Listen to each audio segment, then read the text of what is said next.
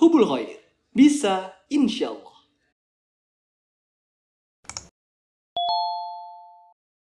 Rasulullah Shallallahu Alaihi Wasallam sudah meninggalkan kita warisan. Ini bukan untuk surat saja, namun juga untuk beribadah, kerja, sekolah, dan lain-lain bisa menjadi solusi atau menjadi peta jalan bagi kita untuk bisa belajar Islam dengan baik. Assalamualaikum warahmatullahi wabarakatuh. Alhamdulillah, salatu wassalamu ala ashrafil anbiya'i wal mursalin, nabiyina Muhammad wa ala alihi wa sahbihi wa man sara ala nahjihi ila yaumiddin. Wassalaman tasliman katsira, amma ba'du. Allahumma shrah li sadri wa yassir li amri wahlul 'uqdatam min lisani yafqahu qawli. Pernah nggak kamu merasa mengarungi suatu jalan tapi tidak tahu arah? Udah capek-capek berbuat baik tapi hati masih sering galau. Pernah bertanya, sebenarnya hidup ini maunya Allah itu bagaimana sih? Kita tuh hidup di zaman serba instan, apa-apa cepat, termasuk dalam belajar ilmu agama. Tapi yang menarik, Rasulullah Shallallahu Alaihi Wasallam sudah meninggalkan kita warisan yang ringkas, padat, dan super dalam, yaitu hadis Arba'in, yang dikenal sangat masyhur sekali, yaitu hadis Arba'in An-Nawawi. Dan faktanya, di era sekarang banyak sekali kajian-kajian yang mengangkat hadis Arba'in sebagai pedoman anak muda, sebagai bekal dasar Islam untuk mereka, agar mereka punya pemahaman Islam yang bagus dan terarah, memahami Islam secara utuh dan aplikatif. Jadi, kenapa kita tidak mulai dari sini saja? Hadis Arba'in adalah kumpulan hadis Arba'in Nawawi yang berisi 42 hadis. Betul, 42 hadis, bukan 40. Disusun oleh Imam An-Nawawi, seorang ulama besar pada abad 7 Hijriah. Hadis-hadis ini bukan hadis sembarangan karena hadis ini mencakup inti agama, yaitu niat, kemudian amal solih, akhlak, hingga adab sehari-hari. Misalnya nih, hadis pertama, innamal a'malu binniyat, sesungguhnya setiap amalan itu tergantung pada niatnya. Maksud dalam hadis ini bukan untuk sholat saja, namun juga untuk beribadah, kerja, sekolah, dan lain-lain. Yang mana apabila kita lakukan niat ini untuk karena Allah, untuk mengharapkan ridho untuk Allah, maka insya Allah semuanya akan menjadi ibadah. Yang tadi niatnya untuk kerja karena Allah jadi ibadah, kemudian untuk sekolah niatnya juga karena Allah juga menjadi ibadah. Bahkan jika kita sekolah niatnya karena Allah, maka yang kita dapatkan bukan ilmu saja, namun juga pahala, karena kita mencari ilmu dan mengharapkan ridha Allah. Hadis ke-13 misalnya tentang mencintai kebaikan orang lain, sebagaimana kita mencintai itu untuk diri kita sendiri. Ini bisa menjadi bekal kita untuk menjadi anti iri dan anti toksik. Yang mana pada zaman sekarang itu banyak sekali yang iri akan temannya jika temannya mendapatkan kebaikan, bahkan bisa toksik. Yang mana toksik ini sangat merajalela di negara kita sekarang ini. Ayo ikhwah, kalau kita mau jujur, banyak dari kita itu tahu Islam hanya di permukaannya saja. Contohnya seperti sholat, zakat, infak, puasa. Itu hanya kita ketahui itu saja. Tapi kita tidak tahu mengapa kok kita harus puasa, mengapa kok kita harus sholat, mengapa kita harus berinfak. Menurut survei lembaga-lembaga Islam, itu mengatakan bahwasannya belajar Islam kebanyakan orang-orang adalah dari konten-konten ceramah singkat atau hanya dari video-video singkat saja. Artinya apa? Kita butuh pemahaman Islam yang secara mendalam, utuh dan sangat terperinci. Tidak hanya dengan potongan video saja.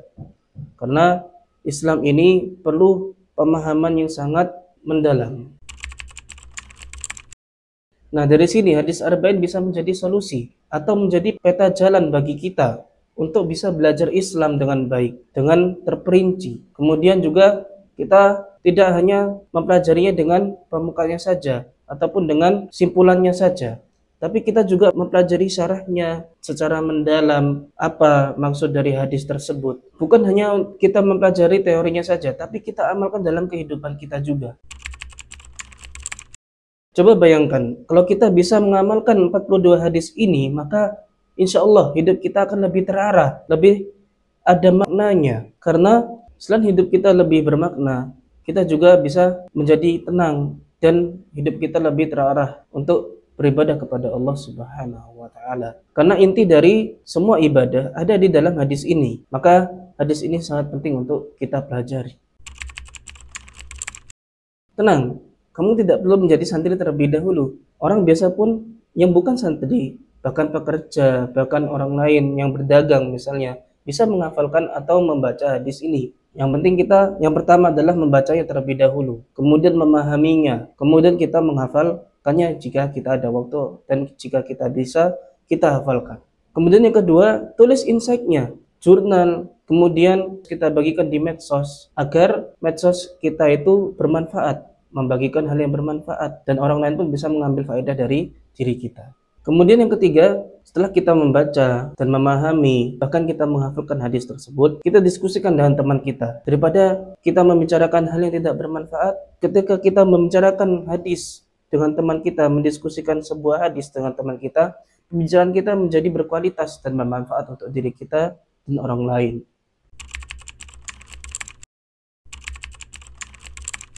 Zaman sekarang, orang terlihat sangat sibuk, produktif. Namun, apakah kesibukannya itu bisa bernilai di sisi Allah? Oleh karena itu, kita bahas di dalam hadis pertama ini. Setiap perbuatan itu seperti kendaraan.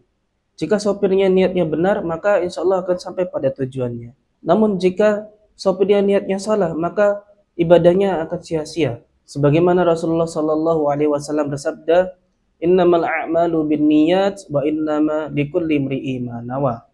Sesungguhnya setiap amal itu tergantung pada niat seseorang, dan seseorang akan mendapatkan sesuai apa yang dia niatkan. Hadis riwayat Bukhari dan Muslim.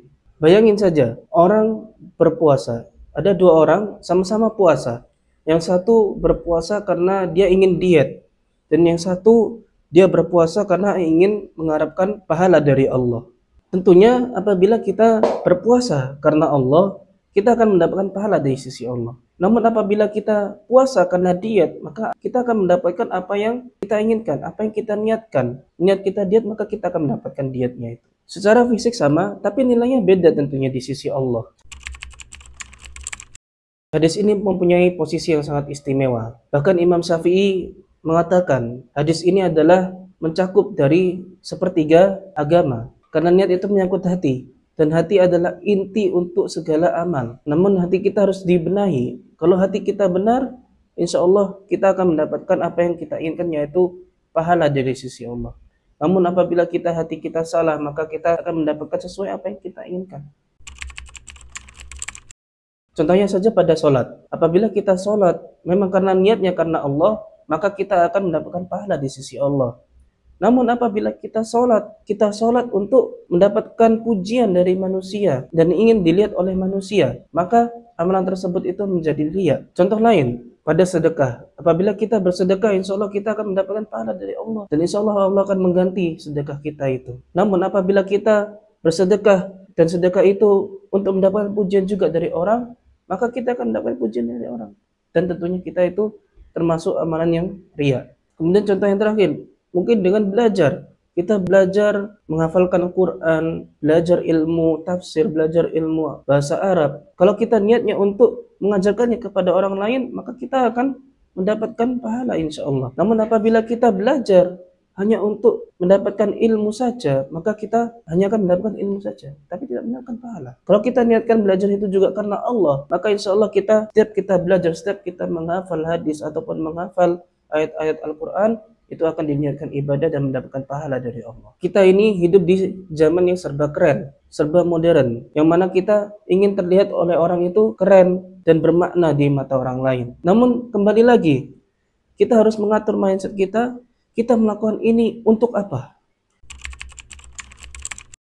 Teman-teman, Islam itu bukan agama yang ribet. Namun Islam itu punya tujuan. Islam adalah agama yang sempurna. Islam itu adalah jalan hidup bagi umat muslim, dan sudah sebagusnya, sudah sepantasnya untuk seorang muslim menghafalkan hadis, karena itu sumbernya Islam adalah dari Al-Quran dan hadis. Maka usahakan kita semua orang muslim memperbanyak ilmu kita, Tentunya dengan mempelajari hadis, membacanya, kemudian memahaminya, justru dengan menghafalkannya juga sangat bagus. Dan hadis arba'in ini adalah sebagai kompasnya agar kita bisa menentukan jalan hidup kita.